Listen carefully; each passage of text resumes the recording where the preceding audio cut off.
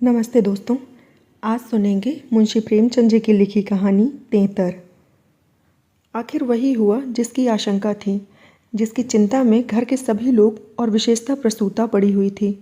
3 पुत्रों के पश्चात कन्या का जन्म हुआ। माता सौर में सूख गई, पिता बाहर आंगन में सूख गए और पिता की वृद्धा माता सौर द्वार पर खड़ी सूख गई। अनर्थ, महा अनर्थ। भगवान ही कुशल करें तो हो।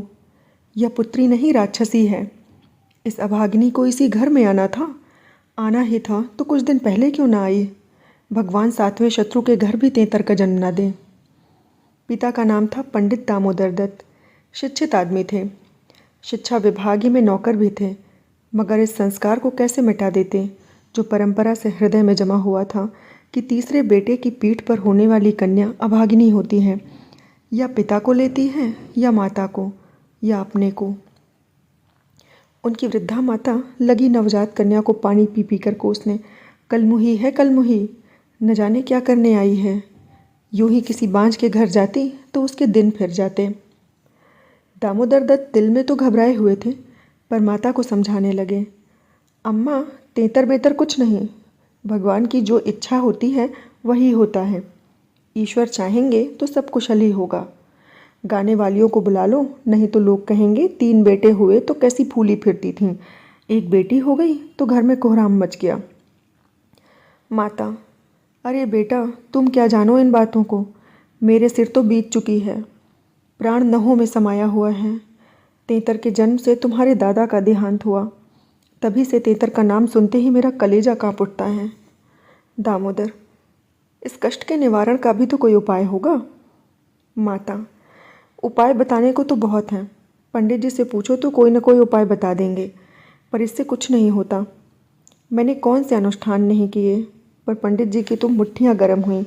यहाँ जो सिर पर पड़ना था वह पड़ ही गया। अब टके के पंडित रह गए हैं। यजमान मरे या जिए, उनकी बला से उनकी दक्षिणा मिलनी चाहिए। धीरे से बोली, लड़की दुबली पतली भी नहीं है, तीनों लड़कों से हृष्ट पुष्ट है। बड़ी बड़ी आँखें हैं, पतले पतले लाल लाल ओंठ हैं जैसे गुलाब का पत्ता, गोरा चिट्टा रंग है, लंबी सी नाक, कलमुही नहलाते समय रोई भी नहीं, टुकुर टुकुर ताकती रहे। यह सब लक्षण कुछ अच्छे थोड़े ही हैं। दामोदर दत्त के तीनों लड़के सांवले थे, कुछ विशेष रूपवान भी न थे। लड़की के रूप का बखान सुनकर उनका चित्त कुछ प्रसन्न हुआ। बोले, अम्मा जी, तुम भगवान का नाम लेकर गाने वालियों को बुला भेजो, गाना बजाना होने दो, भाग्य में जो कुछ है वह तो होगा ही। माता, जी तो हुलसता नहीं, करूं क्या। दामोदर, गाना न होने से कष्ट का निवारण तो होगा नहीं कि हो जाएगा। अगर इतने सस्ते जान छूटे तो न कराओ गाना। माता, बुलाए लेती हूँ बेटा, जो कुछ होना था वह तो हो गया। इतने में दाई ने सौर में से पुकार कर कहा, बहू जी कहती हैं गाना वाना कराने का काम नहीं है। माता, भला उनसे कहो चुप बैठी रहें, बाहर निकलकर मनमानी करेंगी। 12 ही दिन हैं, बहुत दिन नहीं है। बहुत इतराती फिरती थीं, यह न करूँगी वह न करूँगी। देवी क्या है, देवता क्या है, मर्दों की बातें सुनकर वही रट लगाने लगती थीं। तो अब चुपके से बैठी क्यों नहीं। मेमे तो तेतर को अशुभ नहीं मानती और सब बातों में मेमों की बराबरी करती हैं, तो इस बात में भी करें। यह कहकर माताजी ने नाइन को भेजा कि जाकर गाने वालियों को बुला ला, पड़ोस में भी कहती जाना। सवेरा होते ही बड़ा लड़का सोकर उठा और आंखें मलता हुआ आकर दादी से पूछने लगा, बड़ी अम्मा, कल अम्मा को क्या हुआ। माता, लड़की तो हुई है। बालक खुशी से उछलकर बोला, ओ हो, पैजनियाँ पहन पहन कर छुन छुन चलेगी, जरा मुझे दिखा दो दादी जी। माता, अरे क्या सौर में जाएगा, पागल हो गया है क्या। लड़के की उत्सुकता न मानी, सौर के द्वार पर जाकर खड़ा हो गया और बोला, अम्मा ज़रा बच्ची को मुझे दिखा दो।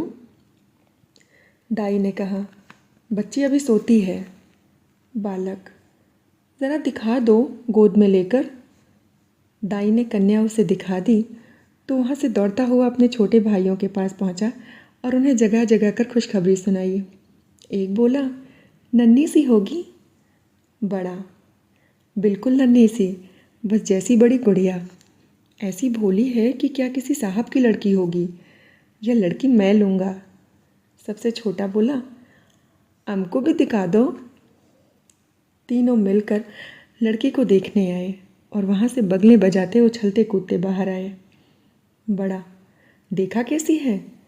मंझला, कैसी आंखें बंद किए पड़ी थी। छोटा, इसे हमें तो देना। बड़ा, खूब द्वार पर बारात आएगी, हाथी घोड़े बाजे आतिशबाजी।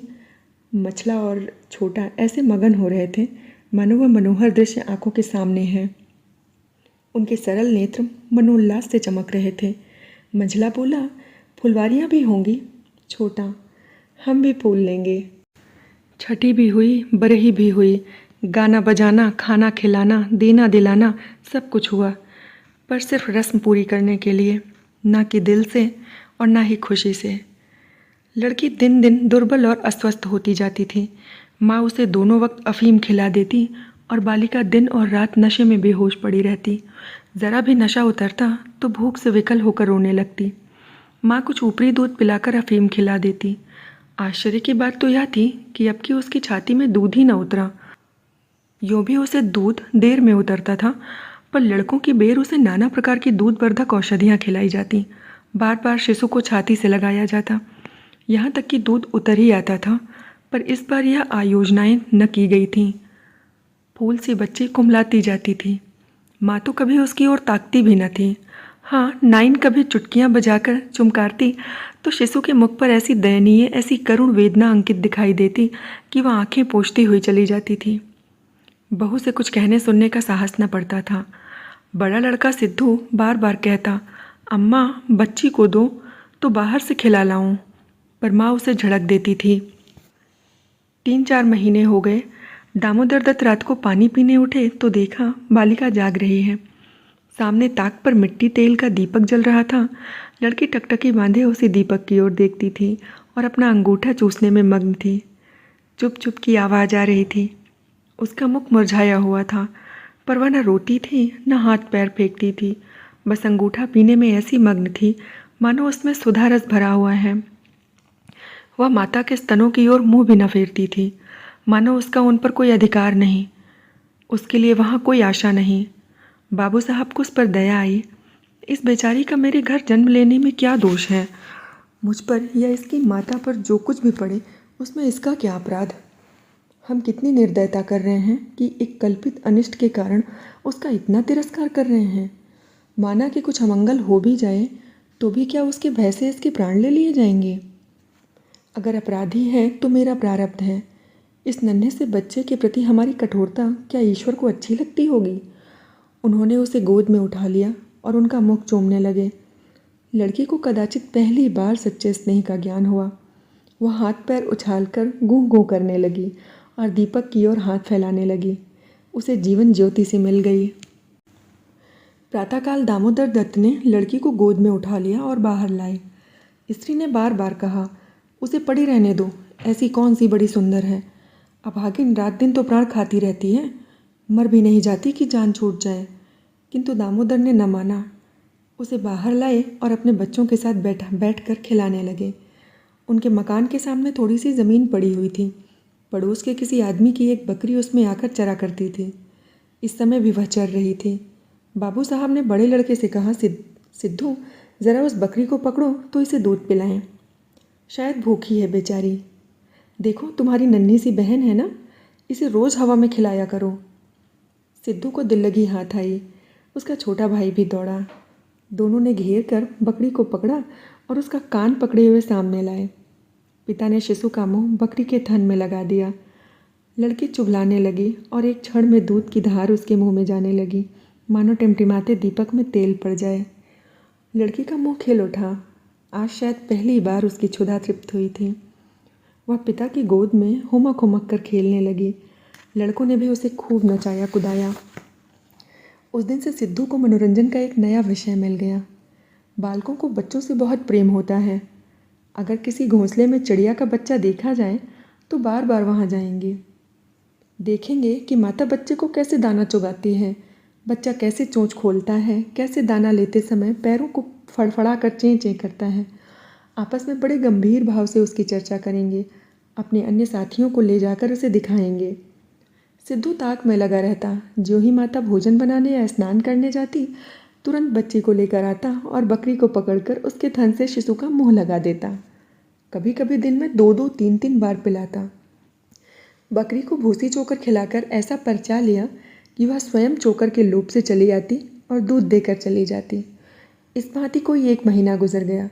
लड़की हृष्ट पुष्ट हो गई, मुख पुष्प के समान विकसित हो गया, आंखें जाग उठीं।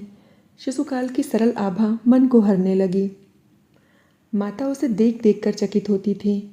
किसी से कुछ कह तो न सकती थी, पर दिल में उसे आशंका होती थी कि अब यह मरने की नहीं, हम ही लोगों के सिर जाएगी।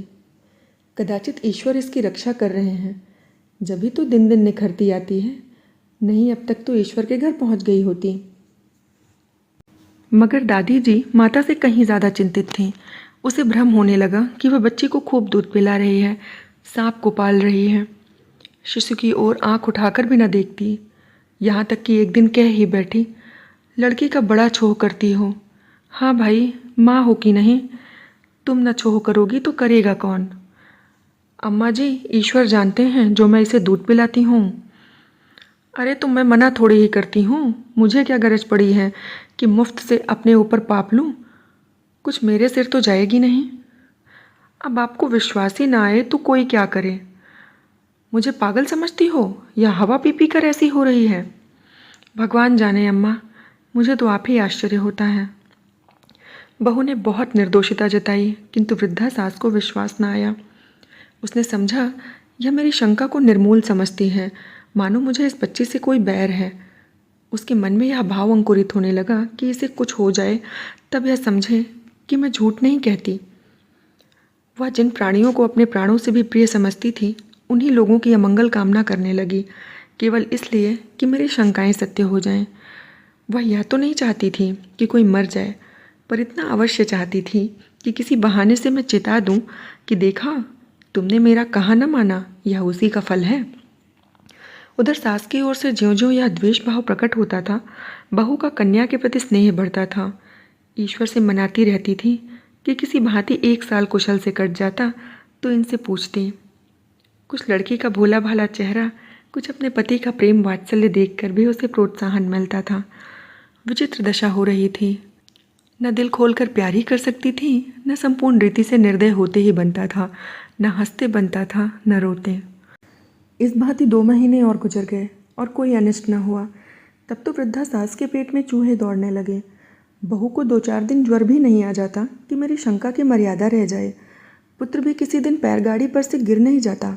न बहू के मैके ही से किसी के स्वर्गवास की सुनवाई आती है। एक दिन दामोदर दत्त ने खुले तौर पर कह भी दिया कि अम्मा, यह सब ढकोसला है। तेतर लड़कियां क्या दुनिया में होती ही नहीं, तो सबके माँ बाप मर ही जाते हैं। अंत में उनसे अपनी शंकाओं को यथार्थ सिद्ध करने की एक तरकीब सोच निकाली। एक दिन दामोदर दत्त स्कूल से आए तो देखा कि अम्मा जी खाट पर अचेत पड़ी हुई हैं। स्त्री अंगीठी में आग रखे उनकी छाती सेंक रही है और कोठरी के द्वार और खिड़कियां बंद हैं। घबराकर कहा, अम्मा जी क्या हुआ है? स्त्री, दोपहर ही से कलेजे में एक शूल उठ रहा है, बेचारी बहुत तड़प रही हैं। दामोदर, मैं जाकर डॉक्टर साहब को बुला लाऊं ना? देर करने से शायद रोग बढ़ जाए। अम्मा जी कैसी तबीयत है? माता ने आंखें खोली और कराहते हुए बोली, बेटा तुम आ गए, अब न बचूंगी। हाय भगवान, अब न बचूंगी। जैसे कोई कलेजे में बर्छी चुभा रहा हो। ऐसी पीड़ा कभी न हुई थी। इतनी उम्र बीत गई, ऐसी पीड़ा नहीं हुई। स्त्री, यह कलमुई छोकरी न जाने किस मनहूस घड़ी में पैदा हुई। सास, बेटा सब भगवान करते हैं, यह तो बेचारी क्या जाने। देखो मैं मर जाऊं तो उसे कष्ट मत देना। अच्छा हुआ मेरे सिर आई। किसी के सिर तो जाती ही, मेरे ही सिर सही। हाय भगवान, अब न बचूंगी। दामोदर, जाकर डॉक्टर को बुला लाऊं? अभी लौटा आता हूँ। माता जी को केवल अपनी बात की मर्यादा निभानी थी, रुपए न खर्च कराने थे। बोली, नहीं बेटा, डॉक्टर के पास जाकर क्या करोगे? अरे वह कोई ईश्वर है? डॉक्टर क्या अमृत पिला देगा? 10-20 वह भी ले जाएगा। डॉक्टर वैद्य से कुछ न होगा। बेटा तुम कपड़े उतारो, मेरे पास बैठकर भागवत पढ़ो। अब न बचूंगी, हाय राम। दामोदर, तेतर बुरी चीज़ है। मैं समझता था कि ढकोसला है ढकोसला। स्त्री, इसी से मैं उसे मुंह नहीं लगाती थी। माता, बेटा बच्चों को आराम से रखना, भगवान तुम लोगों को सुखी रखें। अच्छा हुआ मेरे ही सिर गई, तुम लोगों के सामने मेरा परलोक हो जाएगा। कहीं किसी दूसरे के सिर जाती तो क्या होता राम। भगवान ने मेरी विनती सुन ली। हाय हाय। दामोदर दत्त को निश्चय हो गया कि अब अम्मा न बचेंगी। बड़ा दुख हुआ। उनके मन की बात होती तो वह माँ के बदले तेतर को न स्वीकार करते। जिस जननी ने जन्म दिया, नाना प्रकार के कष्ट झेलकर उनका पालन पोषण किया, अकाल वैधव्य को प्राप्त होकर भी उनकी शिक्षा का प्रबंध किया, उसके सामने एक दुधमुही बच्ची का क्या मूल्य था, जिसके हाथ का एक गिलास पानी भी वह न जानते थे। शोकातुर हो कपड़े उतारे और माँ के सिरहाने बैठकर भागवत की कथा सुनाने लगे।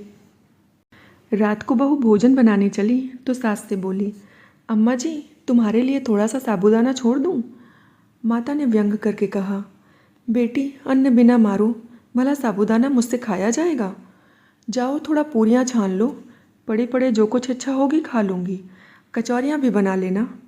मरती हूँ तो भोजन को तरस तरस कर क्यों मरूँ? थोड़ी मलाई भी मंगवा लेना, फिर थोड़ी खाने आऊँगी। थोड़ी सी केले मंगवा लेना, कलेजे के दर्द में केले खाने से आराम होता है। भोजन के समय पीड़ा शांत हो गई, लेकिन आधे घंटे बाद फिर जोर से होने लगी। आधी रात के समय कहीं जाकर उनकी आंख लगी। 1 सप्ताह तक उनकी यही दशा रही। दिन रात बड़ी कराहा करती, बस भोजन के समय ज़रा वेदना कम हो जाती। दामोदर दत्त सिरहाने बैठे पंखा झलते और मातृ वियोग के आगत शोक से रोते। घर की महरी ने मोहल्ले भर में यह खबर फैला दी। पड़ोसी ने देखने आई और सारा इल्ज़ाम उसी बालिका के सिर गया। एक ने कहा, यह तो कहो बड़ी कुशल हुई कि बुढ़िया के सिर गई, नहीं तो तेतर माँ बाप 2 में से एक को लेकर तभी शांत होती है। दैव ना करे कि किसी के घर तेतर का जन्म हो। दूसरी बोली, मेरे तो तेतर का नाम सुनते ही रोए खड़े हो जाते हैं। भगवान बांझ रखे पर तेतर न दे। 1 सप्ताह के बाद वृद्धा का कष्ट निवारण हुआ। मरने में कोई कसर न थी। वह तो कहो पुरखों का पुण्य प्रताप था। ब्राह्मणों को गोदान दिया गया, दुर्गा पाठ हुआ, तब कहीं जाके संकट कटा। धन्यवाद।